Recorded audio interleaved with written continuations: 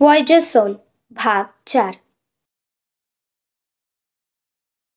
रागारागात तिने जवळच्या खुर्चीला जोरात लाथ मारली. मला तुमची ही डील मान्य नाही. तुम्ही दुसरं काहीही सांगा. आणि राहिली सुट्टीची गोष्ट, तर ती घेण्याचे माझ्याकडे अजूनही खूप रस्ते आहेत. तिच्या बोलण्यावर ते तिरकस हसले आणि मग म्हणाले, जरा मला पण सांग कोणते रस्ते बाकी आहेत, कारण माझ्या माहितीप्रमाणे तर तू जो पळून जाण्याचा प्रयत्न केला तो तुझ्या जवळचा शेवटचा रस्ता होता.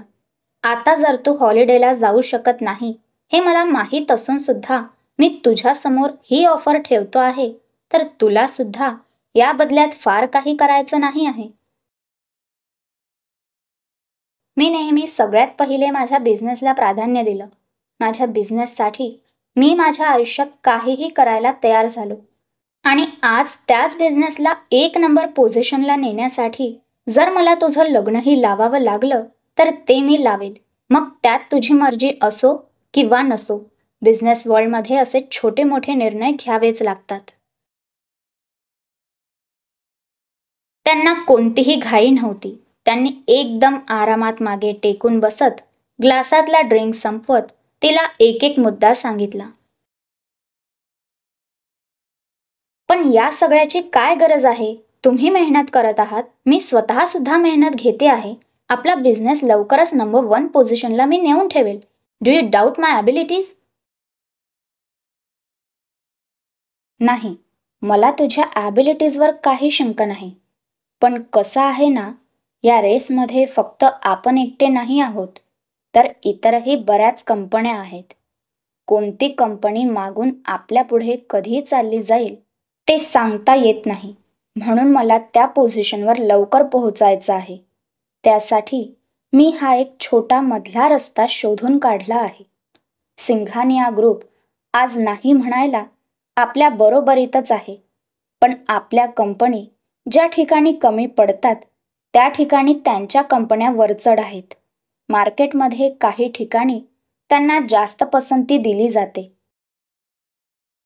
जर मित्तल ग्रुप आणि सिंघानिया ग्रुप एक साथ स्टेजवर मीडियात झळकला तर त्याचा डायरेक्ट परिणाम आपल्या शेअर्सवर पडणार आणि त्याचाच परिणाम आपल्या कंपनीच्या पोझिशनवर.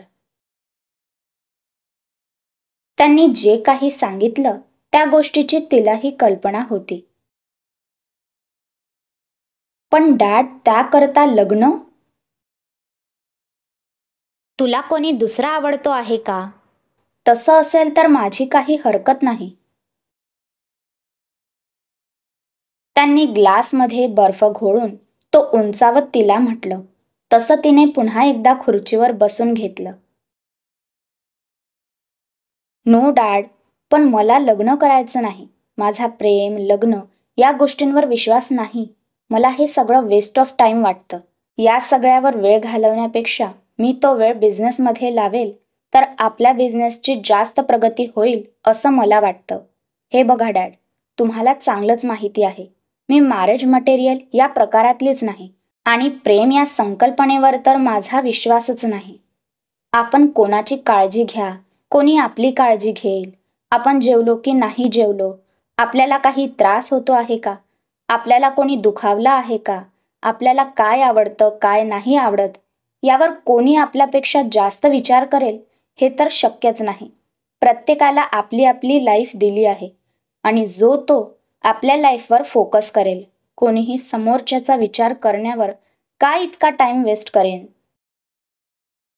आपण आजारी पडलो तर डॉक्टर आणि नर्सेस आपली काळजी घेतात कारण आपण त्यांना त्याचे पैसे देणार. म्हणून काय त्या काळजीला आपण प्रेम म्हणू शकतो का? प्रेम हे फक्त स्टोरीजमध्ये लिहिलेली एक भ्रामक कल्पना आहे जी अस्तित्वात नाही. आता तुमचंच बघा. मी तुमची मुलगी आहे म्हणून नाही, तर मी तुमच्या रेसमध्ये पळणारा सगळ्यात चांगला घोडा आहे म्हणून तुम्ही माझ्यावर हा सगळा खर्च करता. नाहीतर तुम्ही कारण नसताना रुपयासुद्धा खिशातून काढला नसता. Am I right dad? तिने तिच्या वडिलांना प्रश्न केला तसं त्यांनी मान हलवत तिच्या बोलण्याला होकार दिला. मग आता तुम्हीच सांगा, मी लग्न का म्हणून करावं? का म्हणून मी कोणाच्या इशाऱ्यावर चालावं? 10 दिवसांचा हॉलिडे मला हवा आहे, पण त्या हॉलिडेसाठी मी तुमचं किंवा माझं दोघांचं मुळीच नुकसान होऊ देणार नाही. जे काही माझं काम आहे ते मी अगदी वेळेत पूर्ण करेल, पण त्यासाठी लग्न करून आपला पैसा आणि वेळ वाया घालवणे माझ्या बुद्धीला तरी पटत नाही. तिने सुद्धा तिच्या वडिलांप्रमाणे तिचे स्वतःचे जे काही मुद्दे होते ते त्यांना पद्धतशीरपणे मांडले. बरोबर आहे तुझं.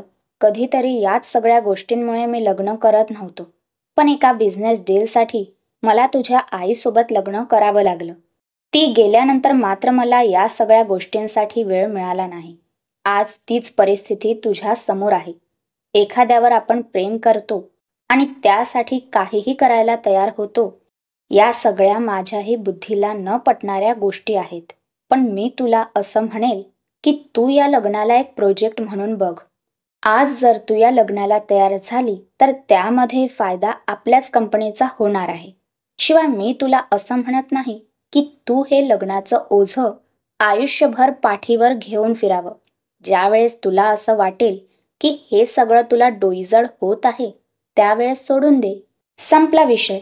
आणि त्या बदल्यात मी तुला ही वेकेशन ट्रिप पण तर देणारच आहे.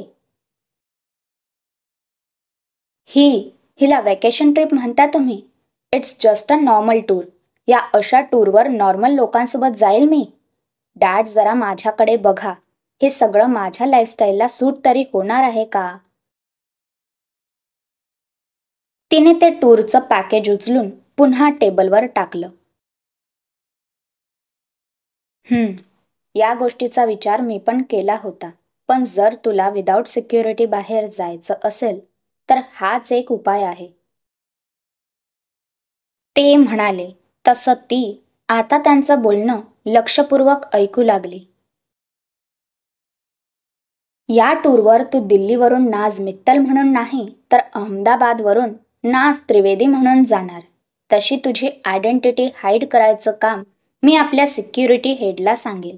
ही ट्रिप तुला मुंबईपासून सुरू करावी लागेल. येताना तुझी फ्लाईट बुकिंग मात्र काहीतरी कारण सांगून डायरेक्ट दिल्ली करू. टूर कंपनीच्या मालकासोबत माझं बोलणं झालं आहे. तो तुला त्याच्या मित्राची मुलगी म्हणून या टूरवर पाठवेल. त्यामुळे तुझ्यावर तिथला मॅनेजर विशेष लक्ष देईल. बाकी 7 स्टार हॉटेलपेक्षा जास्त काही करू शकणार नाही. फ्लाईटही तुला त्या सगळ्यांसोबत इकॉनॉमिक क्लासची घ्यावी लागेल. आणि सगळ्यात महत्त्वाचं, माझी अट कायम राहील. जाण्याआधी एंगेजमेंट आणि ज्या दिवशी इंडियात परत येशील त्याच दिवशी लग्न. तिने एक मोठा श्वास सोडला आणि समोर टेबलवर ठेवलेल्या त्या टूर पॅकेजकडे बघितलं. तिने चिमटीत तिचं नाक धरून चोळलं आणि ते पॅकेटचे डॉक्युमेंट हातात घेऊन उभी राहिली आणि तिच्या वडिलांना म्हणाली, okay dad, I think about your deal and let you know by tomorrow morning. क्रमशः राजशेखरच्या ऑफरचा स्वीकार करेल का नाज, की देईल तिलांजली सोलो ट्रिपच्या इच्छेला? जाणून घेण्यासाठी या व्हिडिओला लाईक आणि कॉमेंट्स करा. पुढचा भाग ऐकण्यासाठी मला सबस्क्राईब जरूर करा. धन्यवाद.